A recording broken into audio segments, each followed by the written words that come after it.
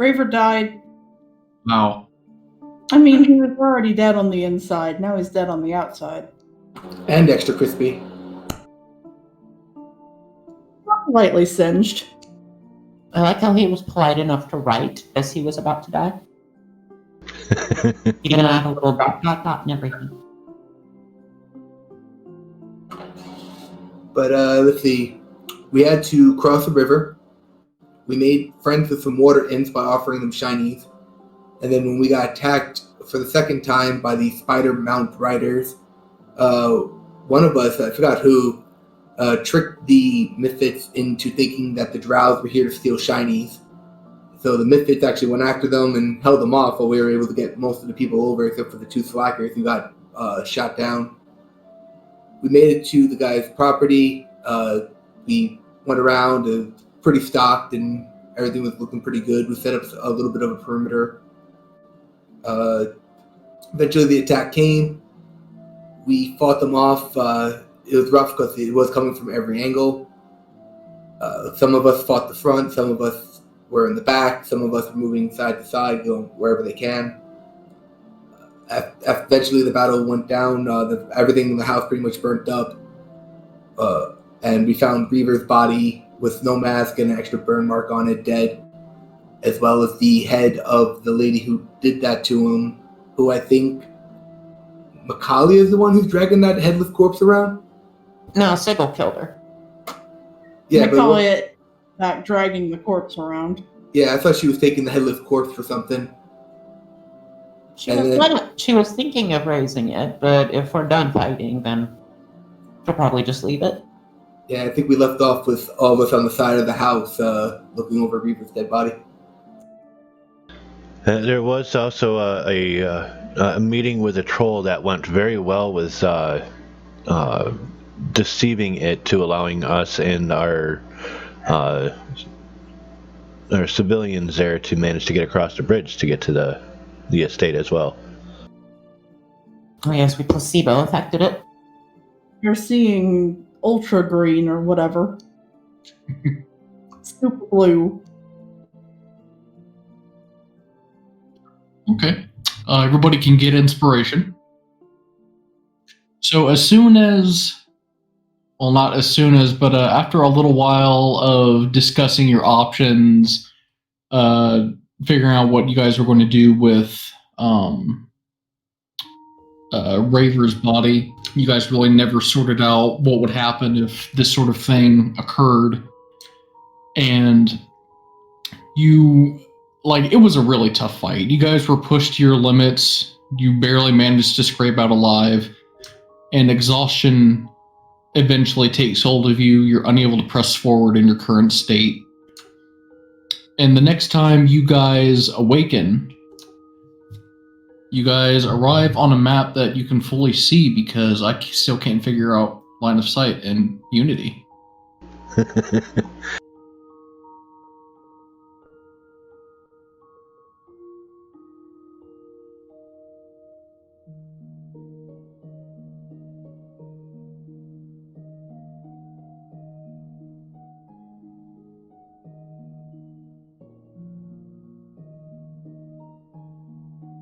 I hope this man doesn't expect payment.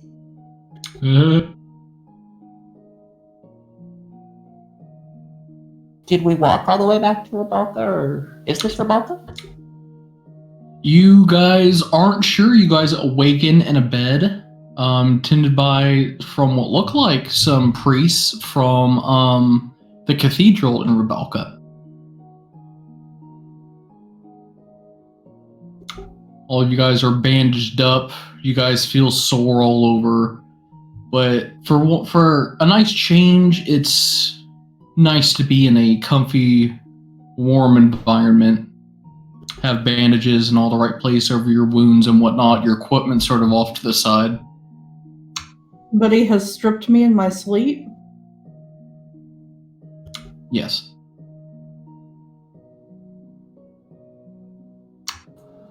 I immediately jump out of bed, run to here with the covers pulled over me. Oh, you guys shouldn't be locked in, sorry. and start growling. The female priestess attending you, starts with a shock as she was preparing some medicine.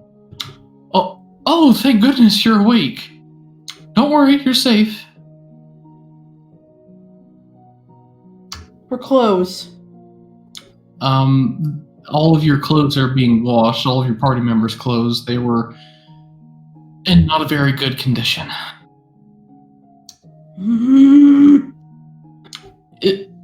Is there something wrong? I mean, why are you getting so angry?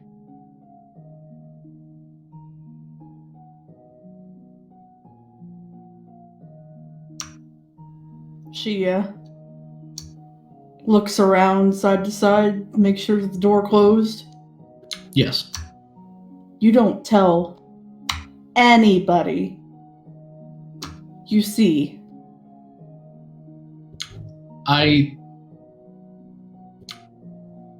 Okay.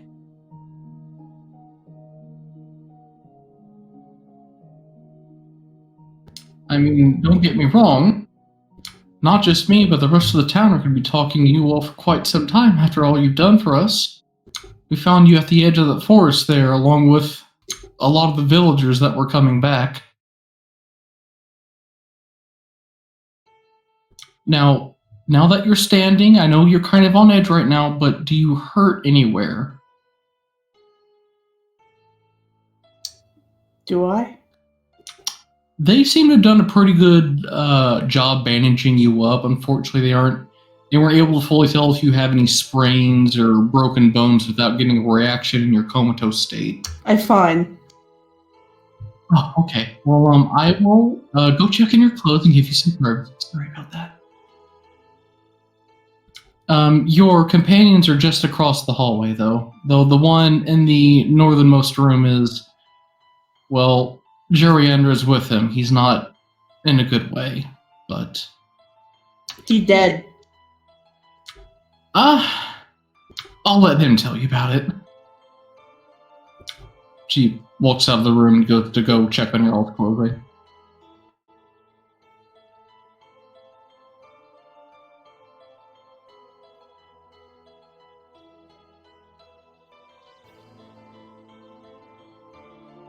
So what are we completely naked, or?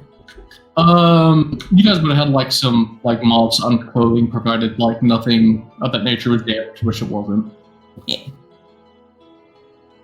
Kamor, when you wake up, you see a male priest who's been tending you. Oh, well, rise inside there, mister. Welcome to the land of the living once again.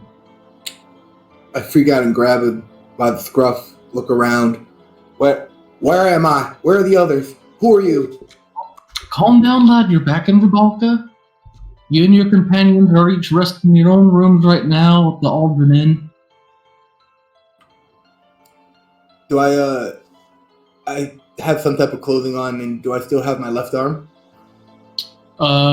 Yes. Your arm, you can tell it's been cleaned a little bit, but it really hasn't been messed with.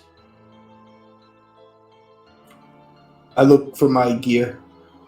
You don't see your clothes, but your gun and all of your critical armor pieces are on the table next to you and on the floor as well. After looking around and settling down, I'll let him go. Can I see the others? Well, of course you can. Well, first let's get one thing out of the way first. Can you stand up, and do you hurt anywhere? My pride. I don't be worried about that.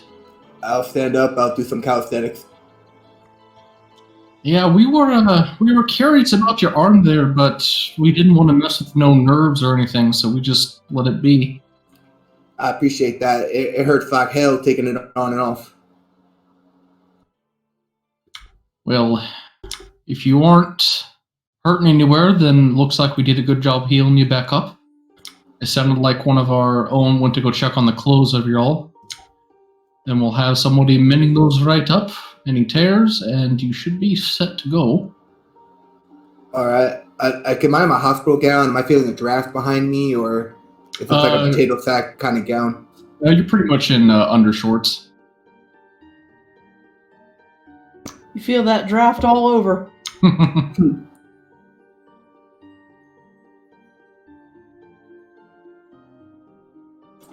I'll slowly start to gather my things. Well, I appreciate it. Don't mind. I'm sure you all have a lot to talk about once you all rouse from your slumber. I'm gonna go check on your clothes now, lad. I like the bandit behind the bar here. Look, man, you don't talk about bugs like that.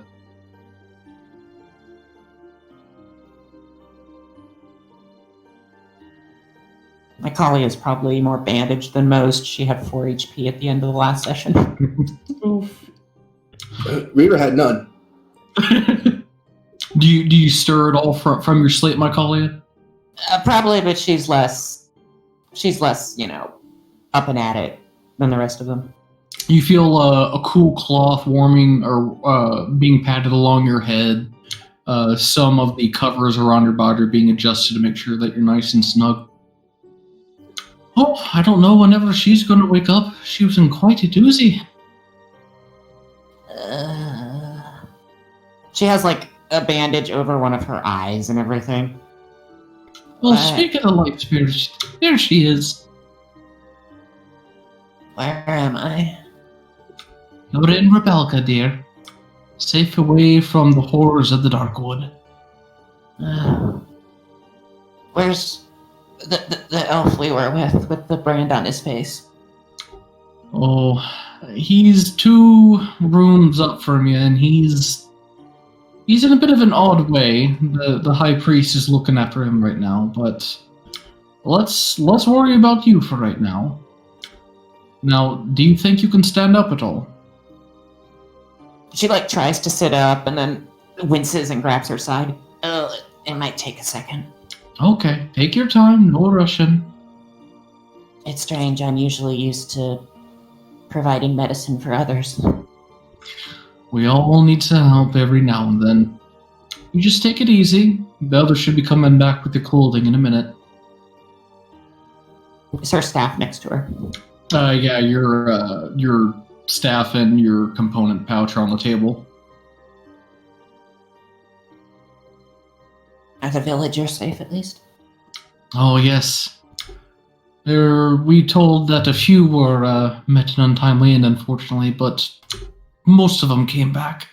They're very grateful to you, as are we. And the Drow, there haven't been any problems with them? Hold on one moment. Hear that knocking? Thank you. They all go back to your respective rooms with your clothing.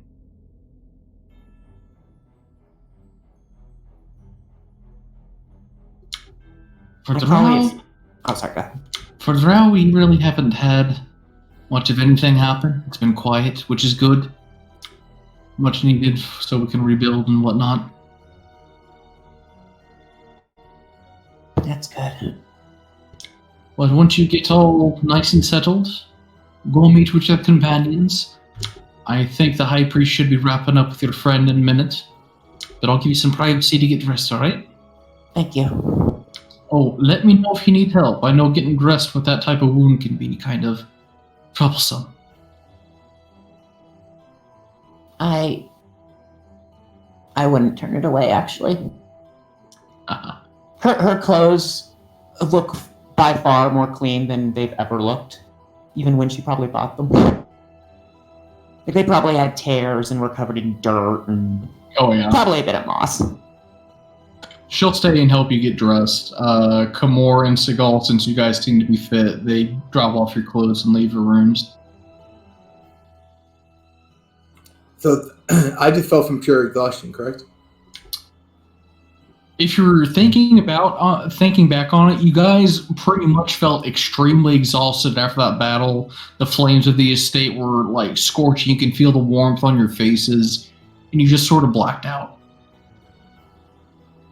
I'm going to take 5 more minutes to go back into bed. We know you were not anywhere near Rybalka. I took 15 hit points of damage. I was fine. Except for your pride. You hear shouting from across the thing. Yeah, that spider couldn't even touch me. I'm tired. Roll in my bed and pull the covers over. Hold my gun tight.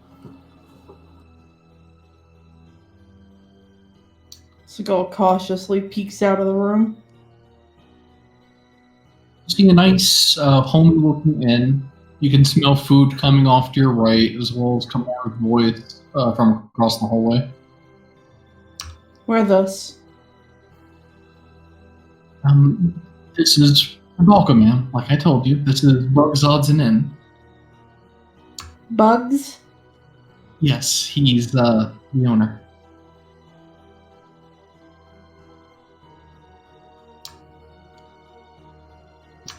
Owner Bug? Um, She makes a squishing motion with her fingers. It's pronounced that way, but he's not actually Bug, though he does kind of, bug people a little bit. Hey, soup's up! Come and get it! That was Bug. Food? What's up for more?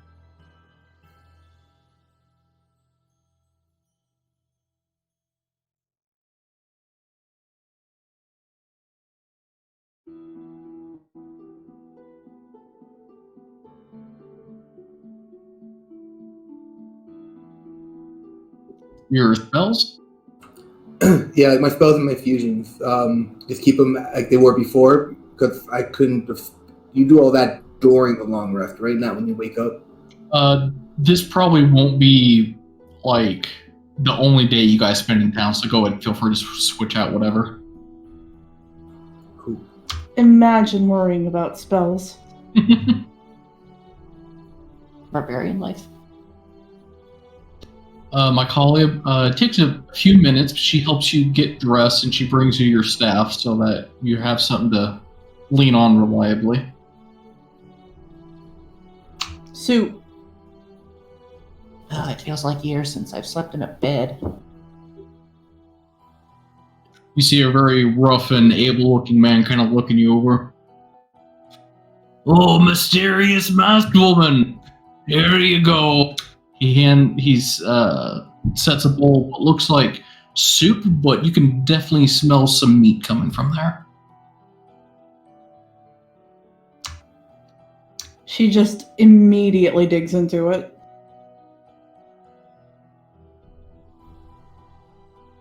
Let's go get you some food.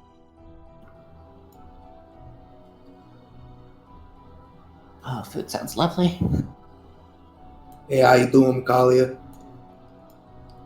Oh, come on, lovely. You seem to have made it out all right. Yeah, I was tired as all heck, but I feel much better now. Hey, Seagull, I see you already started.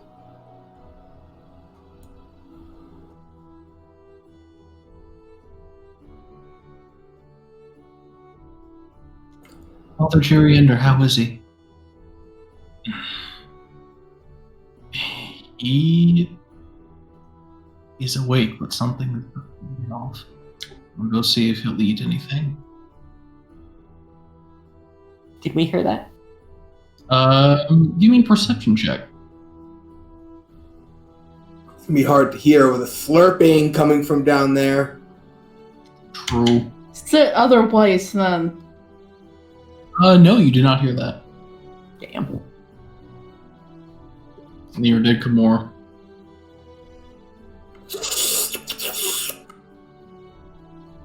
What kind of soup is this again?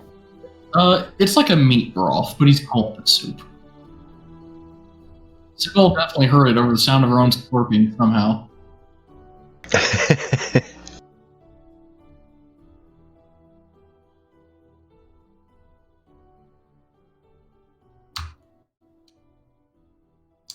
She pauses eating. What wrong, Raiver? How he eat dead? He's getting like a bowl of meat broth as well, and he's starting to walk back, and he turns his head towards you.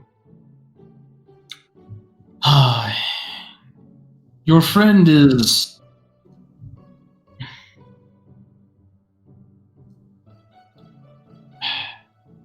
I'll tell you what. You should all hear this together, so finish up what you're eating and come up to the northern room. I'd rather not discuss this right here. She downs the bowl and slams it on the counter. Done. We go. Nicolia's still like 3/4, like she still has like 3/4 of her meal left. Oh dear. And she tries to eat it really fast. I take mine with me. Oh, that's a much better idea, yes.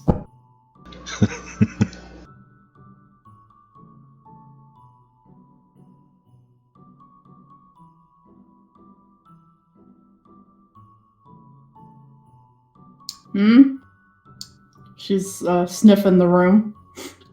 So, what do they see whenever they walk in the room? In the bed specifically.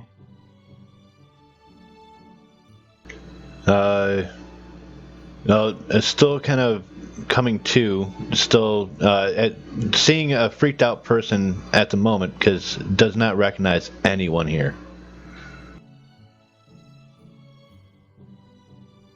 Hold on, Raiver. Do you not recognize these fellows? No. Where am I again? For the 5th time, you're in Rybalka. You came here, you helped us with our cathedral problem, and these were your companions here.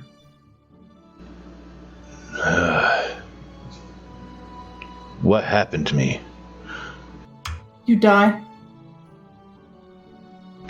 We don't know the full story, Raiver, but we found you in a fire, marked. We assumed it was the Drow lady. She was taking care of those. The gulls seen to it. She certainly didn't seem to deny it. He reaches to his face, where he still feels almost feels the warmth from the new scar that's been placed on him. You said he was marked. Which mark are you speaking of? I speak to the. I point to the fresher mark. New mark look like spider. Old mark look like snake. Can I ask a question? Yes. Is this in character or out of character? In character. Okay. Well, out of character, about in character. But would she know, is there any significance to that mark? Or is it like a slave brand or something? Or Give me any history check. Could be wrong, but I thought we determined that it was a mark. I thought we determined it was a mark of the Spider Queen last week. I could be wrong though. Macaulay, you know that this is a mark that the current lead house of the Drow city called Holoth uses to mark servants for sacrifice up to Narneus. Oh. She tells everyone that. I whisper, maybe not say that in front of him right now. Oh, that's probably wise, yes. Oh no, I need to understand what has befallen him. See, I thought he was very much dead when he came here. And I attempted to bring him back, but even though his chest did not move, nothing happened. He was still alive somehow. And after looking over him closely, I've never seen this before, but Mr. Raiver, somehow you are somehow undead. What? You can get that away from me. I'm not hungry. Seagal sniffs him. Mr. Raiver, you haven't eaten at all since you've been here. You're positive you're not hungry. No, I'm not hungry. Dead don't eat. Well, at least not soup, yes. Well, he sets the bowl of food off to the side. I'm not sure how this happened, with what you just told me about the mark, I think Narnaeus may have taken hold of part of your soul. But something about you, it's like something prevented the complete devouring of your soul, is what I'm trying to say. And in the backlash of it, it might have messed with your memories or something. This is all just speculation. You're the first person I've ever seen this happen to. It's strange. I cast a gentle repose on him. I assume not long after he died. Do you assume it might have something to do with the mist we breathed in before?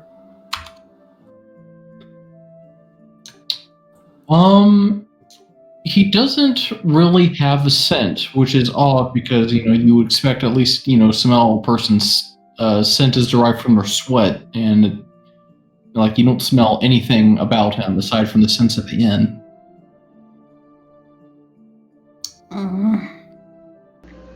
So, who are you?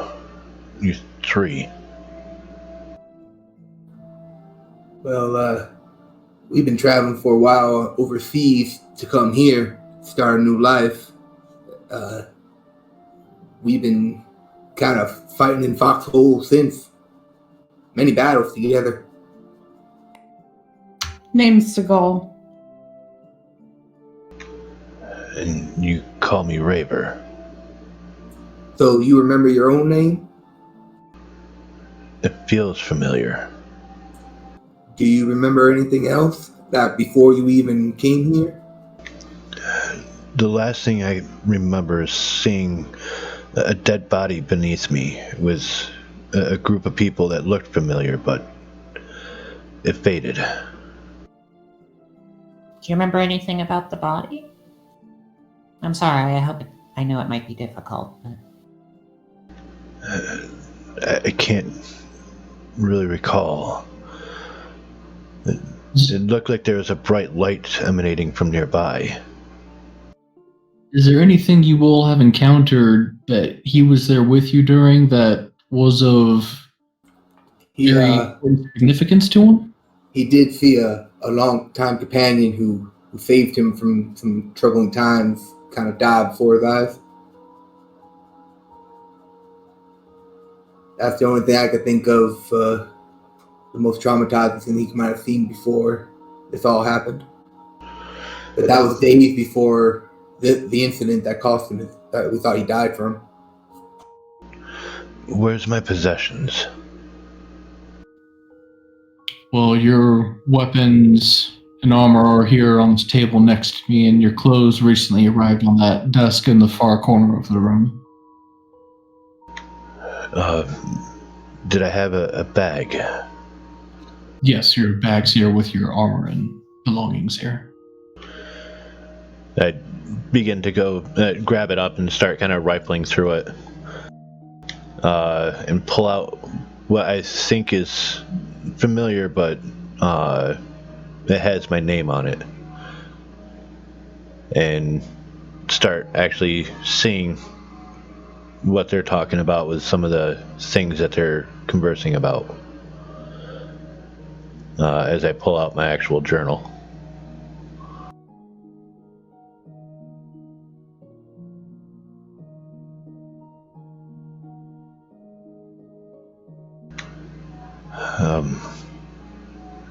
You said your name was Seagal. Seagal, yes. You must be Khmor? And Mikalia. Mikalia, yes. There's another one in here, Illicene. She in ring, not feel good. Oh, there's that entry there. Alright. Maybe this will start to come back, but I feel oddly comfortable being around you guys. That's good.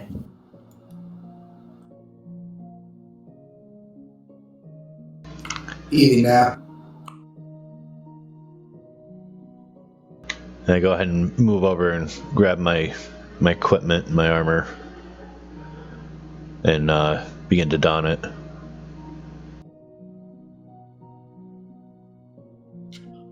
Well, I wanted to thank all of you for rescuing who you could. I know it couldn't have been an easy task, and from the state that Mr. Caven's abode was in, it must have been a horribly difficult experience. Not fun. Hate Spider now. I've always hated spiders. I'm sorry we couldn't retrieve the artifact, though. Spider leg's still good to eat, though. I do worry for the world with the artifact's absence, but for the time being, it's enough that you all returned here safely. Well, I know there's not much to do, but please take your time. And Rybalka, everyone here is incredibly grateful for what you've done. And there's something else.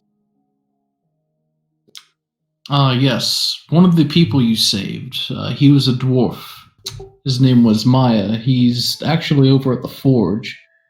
He said that whenever you all woke, he really wanted to speak with all of you.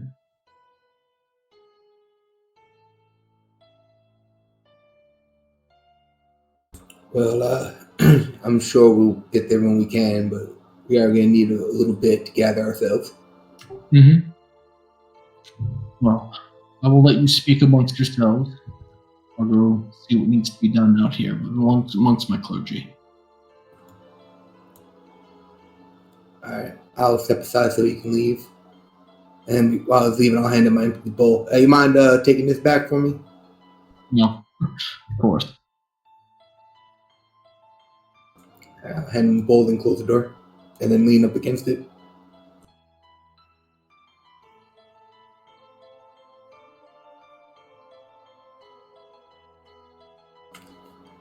Well, aren't we in some type of pickle? Pickle? She's obviously looking around for a pickle. We're in trouble. We have no idea where that artifact is. We've lost memories. Do know. Artifact in Below Dark. I mean, that place is like a whole nother world. Trying to track it down ain't gonna be easy. Still is something. Better than not know anything. At least we are safe. And the villagers. Most of.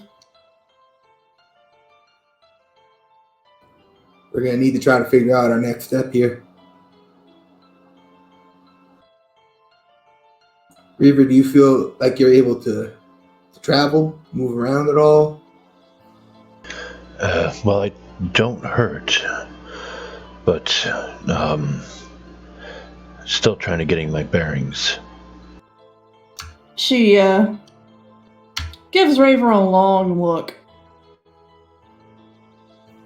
Humans do not like elf, right? Yes, you might want to invest in a hood. This cloak does have a hood, and I pull it up and over. I feel like something else is missing, but I don't know what. Mask, but broke. Or at least did not grab.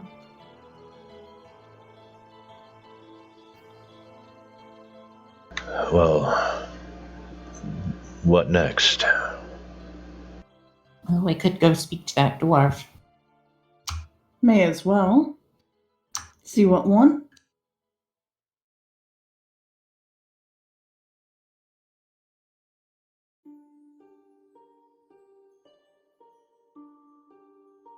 Stomach full. Don't know what Raiver eat, but that his problem. Can you eat mushrooms at least? Well, we have seen him eat them before, right? I can eat, but I'm just not hungry.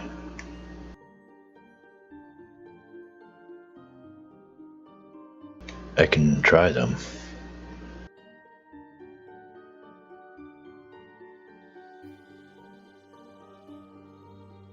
She plants her staff in the ground and grows a couple little mushrooms on it. Some good shrooms. Good shrooms. She plucks them off the bottom of her staff and hands one to Raiver. I'll go ahead and attempt to eat the mushroom. You eat it fine, but it's really lost all taste, and even when you swallow it, it doesn't feel like it sustained anything about you. Does it at least feel like if he was missing hit points, it would restore one? Yes. It has no taste, but all right. Well, we find out what's wrong with you later.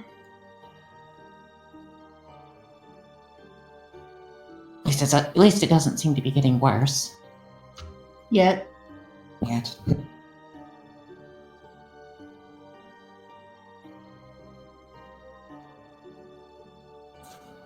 Maybe he blessed like Eternal King?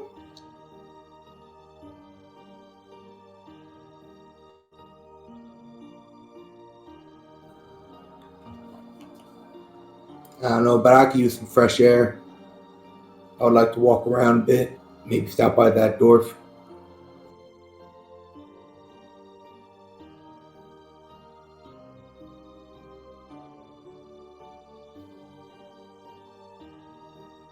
You guys walk out and you see a familiar face that's speaking to Bug at the bar counter there. He points over towards you guys. Oh, you're all awake, thank goodness. Do we recognize this man? Yeah, this is the guy whose house burned down. And whose wife. I mean, first off, we didn't burn it down, and we didn't kill his wife, and he forgot all about that, so basically he can't even be held responsible anymore.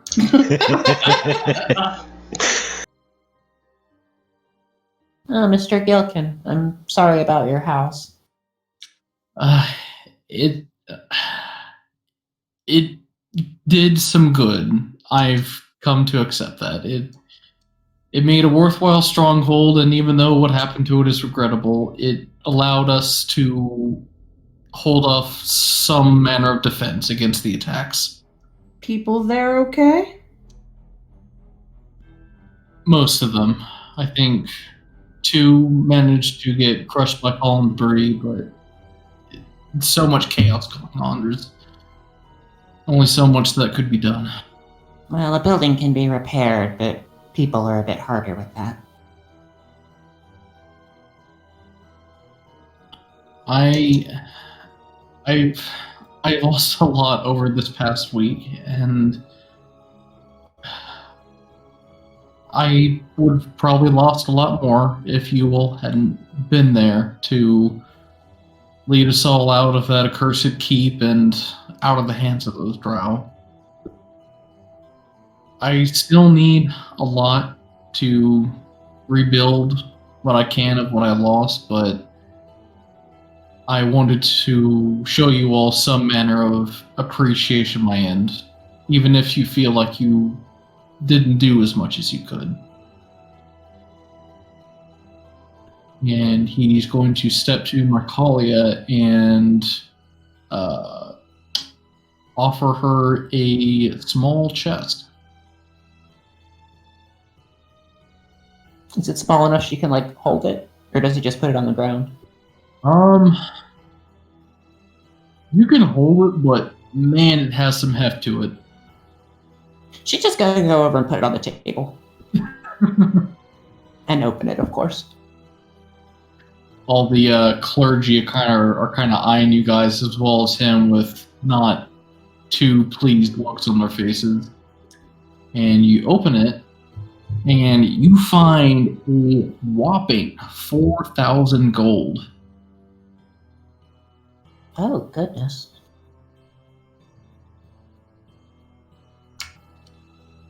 You give this us? Yes. Why are you not used to fix house? I mean, I have more. Truth be told, if everything was fine when we left, it was going to be more. But like I said earlier, I needed a lot more to repair what I have, so I'm simply giving what I can. Well, thank you, sir. That's very generous of you.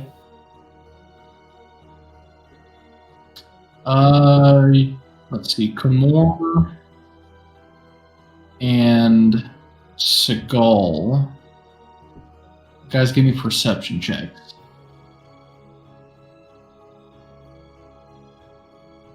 Is this towards the clergyman? Yes.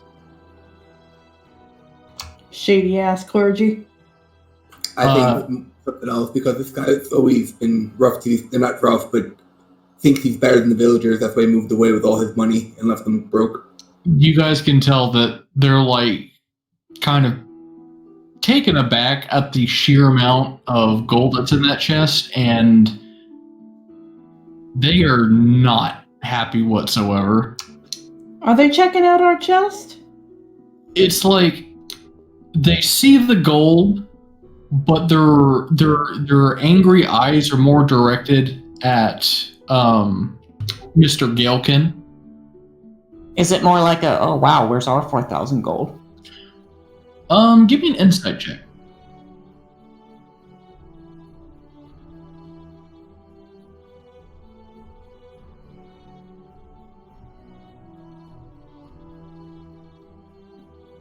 So from what you know, Mr. Gailkin has separated himself from the rest of the village because he's a fairly good merchant, and it's made him essentially the only noble in this entire city.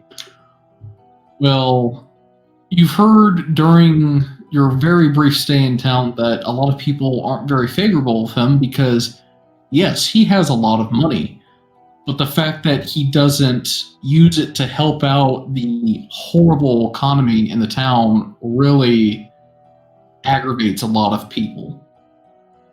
And you get the feeling that if you all were to just accept it and keep it for yourselves, it might come off that you guys would be just as bad as him.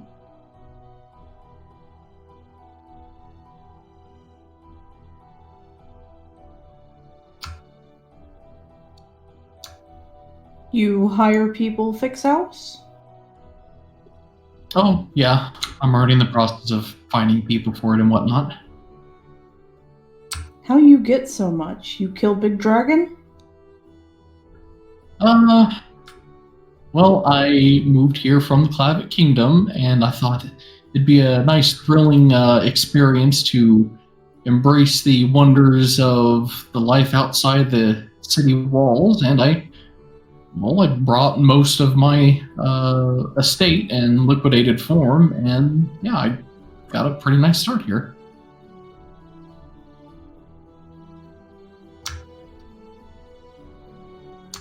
How you making more? Well, I've invested a bit into the seaport there when it comes to fishing, but most of my funds are just things that I came here already having from my my family's wealth back in the Clavet Kingdom. Speaking And of so- this chest, sorry. Oh, and since everything's so cheap here, well, I really don't need to spend very much of it.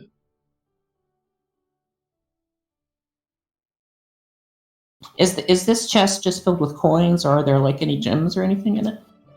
It's all coin.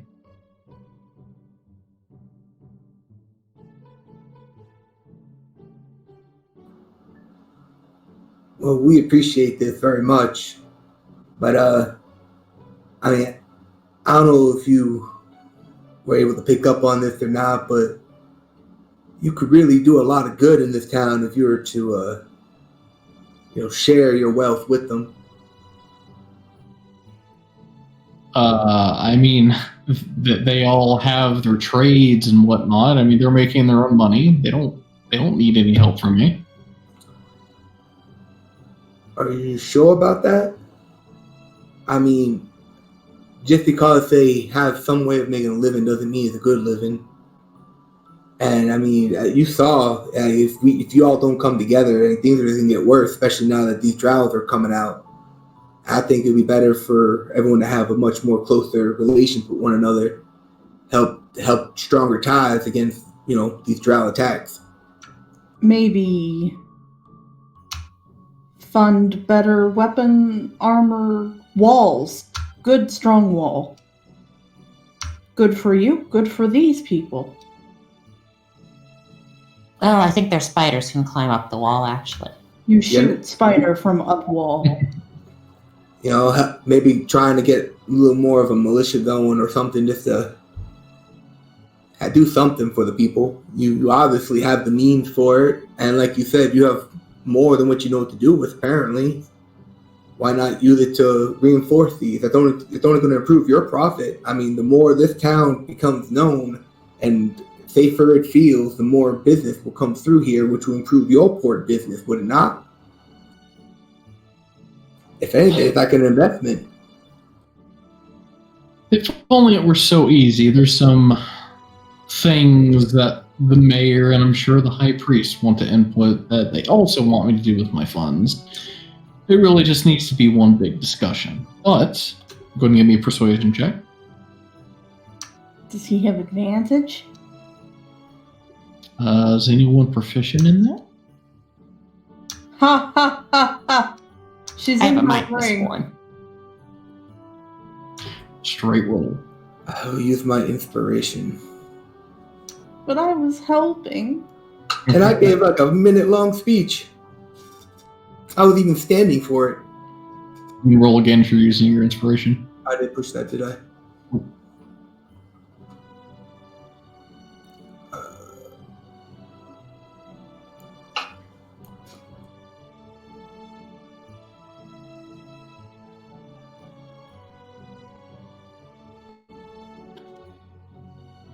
I will speak to the mayor again, and we'll see if we can get anywhere in regards to the grand design you have for this town. But in the meantime, I am still intent on giving you all this portion.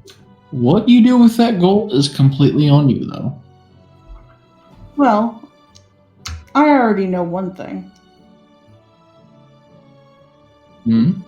Can you, split the party gold? Oh, yeah.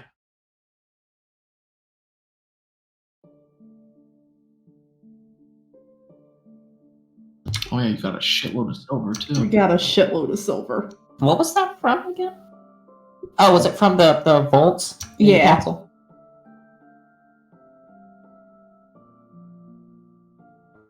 Let's see here.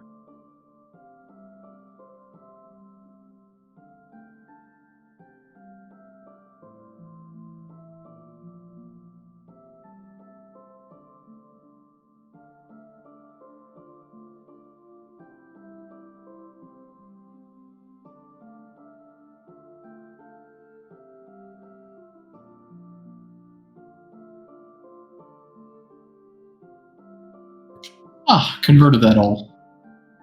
Nice.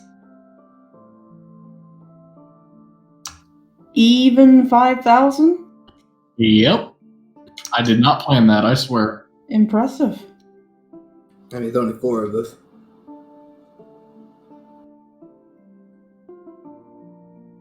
Unless you want to pay my Elder Cannon. I mean, he does his fair share, I'm just saying. Excuse me, why does Illacine get gold? Keep in the party sheet. But you're supposed to take her off the party sheet. Yeah, you better yeet her out of here. Oh, She's not on the party sheet to me. Oh, that's the combat tracker. Never mind. Yeah.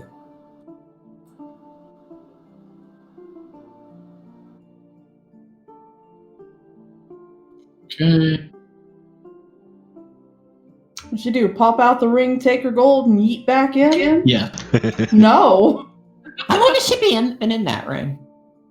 Are we just saying she is gone or something? You guys haven't seen her since last time she went in there. Well, then we're taking her money.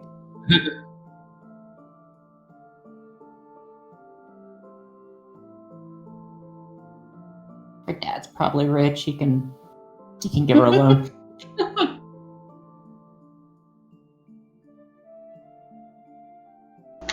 You're sure about splitting this with me? I mean, yes. You're not hide and ring, you do good shoots. Yes, there's no way we could have done this without you.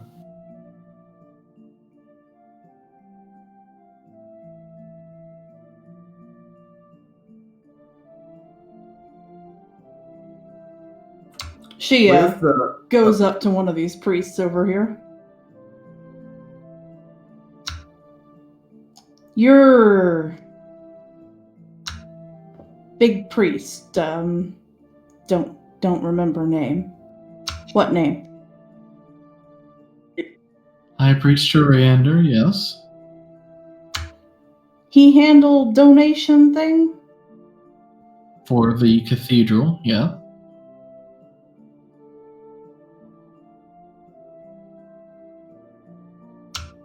How much bring back person?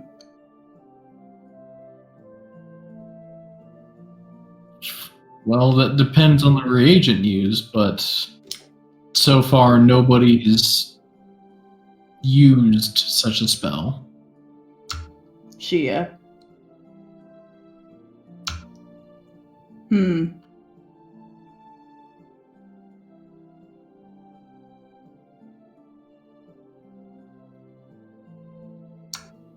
She looks at the lady that handled her while she was injured. She immediately looks down at the floor and looks very flustered and intimidated.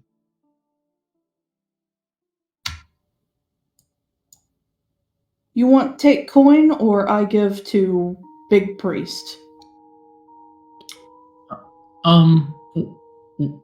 What are you donating to exactly? Is it the cathedral or? Thank you, help us. Oh. Well, we can take it and distribute it amongst the what needs to be done at the cathedral. She gives them each 100 gold pieces. And then goes to Bud and gives him 100 gold pieces. Oh!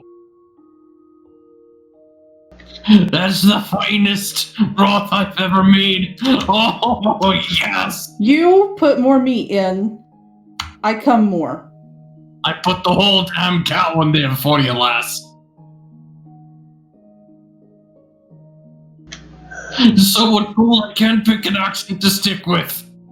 It's fine. We all work on it. I thank you.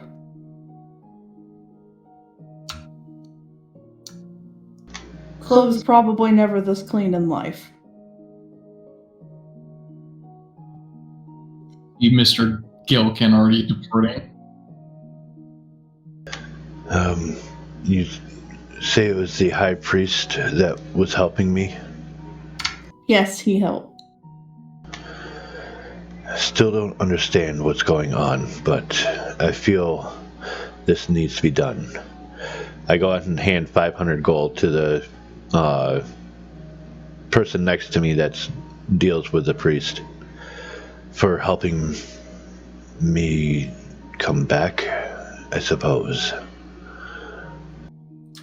They look a bit insistent. They're like, we appreciate your thoughtfulness, and we'll gladly take some toward the cathedral, but if you truly wish to use that money to help us out, then please deliver it to the mayor so that he can use it to help the town as a whole. Very well.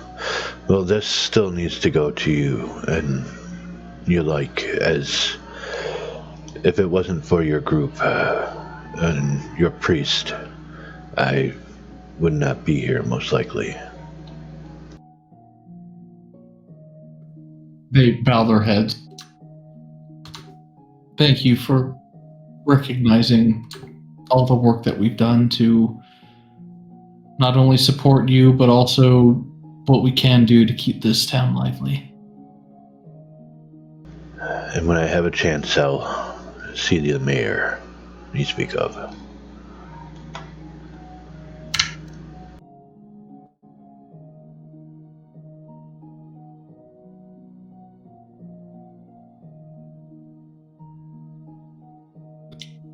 Okay, so that's deducted there. Is there going to be any more made to the church, or you guys waiting until you speak with the mayor? Probably wait till we speak to the mayor. Yeah. I think the church has gotten a sizable donation today, as has Bud. Bug. Bug.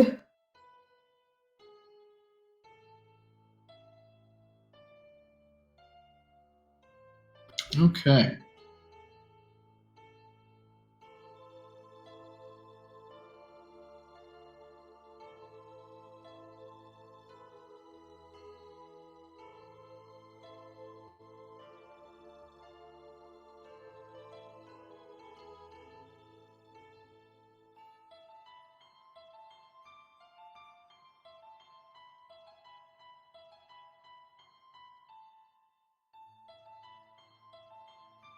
All right, you guys are back in Rybalka. There's very few buildings you see that suffered any damage in the attack that happened a few nights ago. You see townsfolk that are out and about, helping out each other, weathering the cold, harsh winds that are blowing throughout the town. It seems life is on track to getting back to normal here.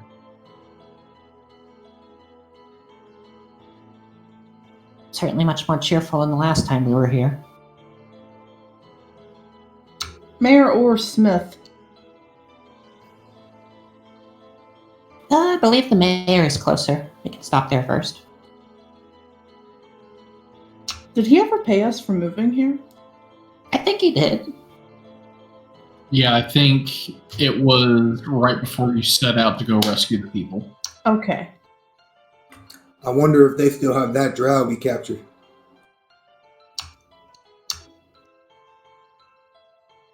Not thinking about it. You mean after I said it, you still ain't thinking about it? Nope. I'm content to not think about the drow for a bit.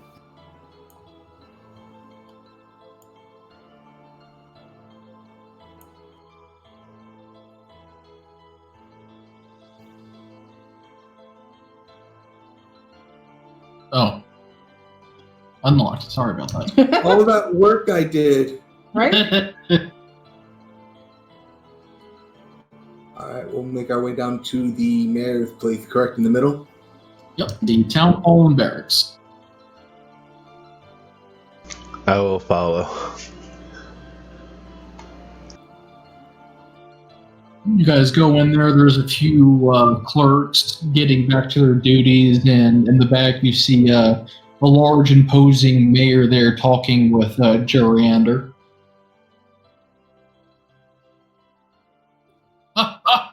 Well, look who it is. The heroes of Rybalka. Good to see you up and running again.